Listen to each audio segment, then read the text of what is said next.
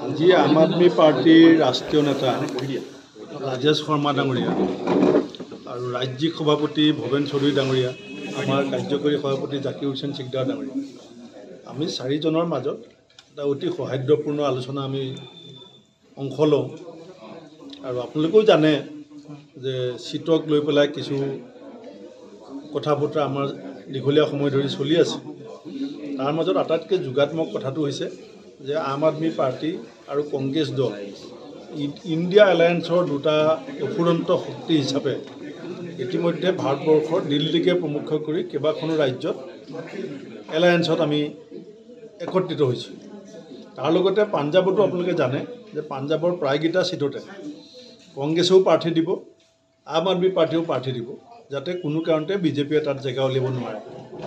সেইকাৰণে আমাৰ ইয়াতো আম আদমি পাৰ্টি অসমত আৰু আমি অসম প্ৰদেশ কংগ্ৰেছ কমিটিও আলোচনা কৰিছোঁ যে আমি লোকসভা নিৰ্বাচনত ইণ্ডিয়া এলায়েন্সক বাৰ্তাই ৰাখিব লাগিব। আমাৰ যিটো প্ৰকৃত উদ্দেশ্য বিজেপিক প্ৰতিহত কৰা, সেই দিশটোৰ পৰা আমি ফালৰি কাটিব নালাগিব। গতিকে আমি তেনেকুৱা এটা সূত্ৰ আমি কেনেকৈ উলিয়াব পাৰোঁ সেইটোৰ ওপৰত আলোচনা কৰিছোঁ। আৰু আজি আলোচনা ফলপ্ৰসূ হৈছে। আলোচনাৰ গোটেই বিষয়খিনি ময়ো দিল্লীক জনাম, তেখেতসকলেও দিল্লীক জনাব। তাৰপিছত আমি আশা কৰিছোঁ 2-3 দিনৰ ভিতৰত আমাৰ যিটো সিদ্ধান্ত হ'ব দুটা দলৰ, আমি এটা জইণ্ট ষ্টেটমেণ্ট দিম।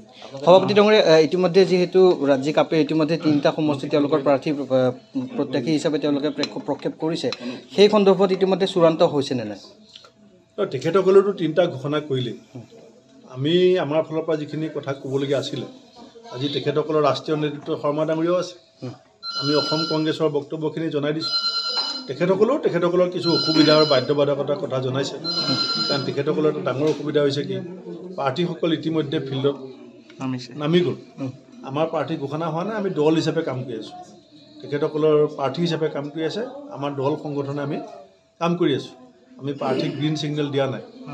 সেইকাৰণে তেখেতসকলৰো সমস্যাখিনি আমাক কৈছে।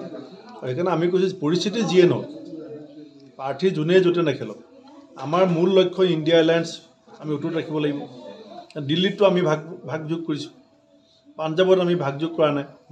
অসমত যদিও তেওঁলোকে 3টাত খেলে, আমাৰ 11টাত তেওঁলোকৰ চিটটো কি হ'ব, সেই গোটেই কথাখিনি লৈ পেলাই আমি 2-3 দিনতে অসমৰ ৰাইজক আমাৰ দুইটা দলৰ জইণ্ট ষ্টেটমেণ্টৰ জৰিয়তে আমি চিঠিটো জনাম। সেইটো এতিয়াই মই কৈ দিয়া অসুবিধা হ'ব, কাৰণ ইয়াত তেখেতসকলেও ৰাষ্ট্ৰীয় নেতৃত্ব এপ্ৰুভেল লাগিব, আমাৰো ৰাষ্ট্ৰীয় নেতৃত্ব এপ্ৰুভেল লাগিব। আমি সূত্ৰকেইটা বনাই দিছোঁ, কোনকেইটা সূত্ৰ অনুমোদন হ'ব সেই সম্পৰ্কত আমি 2-3 দিনত কৈ দিম।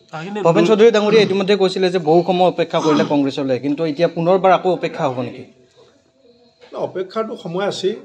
মই আৰম্ভণিতেই কৈছোঁ যে নমিনেশ্যনৰ উদ্দেলৰ দিনাখনলৈকে চেষ্টা কৰিম।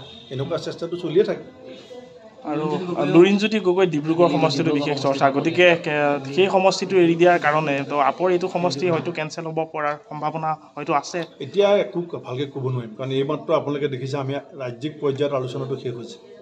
এতিয়া এই কথাখিনি কেন্দ্ৰীয় নেতৃত্বক, কাৰণ নেশ্যনেল পাৰ্টি এইটো আৰু কোনোবাই বেয়া পালেওতো উপায় নাই। নেশ্যনেল পাৰ্টিত ফাইনেল ডিচিশ্যনটো নেশ্যনেলিয়ে হ'ব। ৰাজ্যিক পৰ্যায়ত আজি এই চূড়ান্ত আপোনালোকৰ আলোচনা বুলি ক'ব পাৰি। পাছত আমি ৰাজ্যিক ক্ষেত্ৰত আমাৰ গোটেই কথাখিনি খোলোচা হৈছে দুইটা দলৰ। এতিয়া আমাৰ দুইটা দলৰে কথাখিনিক লৈ কেন্দ্ৰীয় ইণ্ডিয়াৰ নেতৃত্বই যি সিদ্ধান্ত ল'ব সেইটো চূড়ান্ত হ'ব, আৰু সেইটো আমি ৰাইজক নিশ্চয় জনাম। আন এটা প্ৰসংগ, ইতিমধ্যে 2 তাৰিখে আপোনাক CID অফিচত চমন জাৰি কৰিছে। 2 তাৰিখ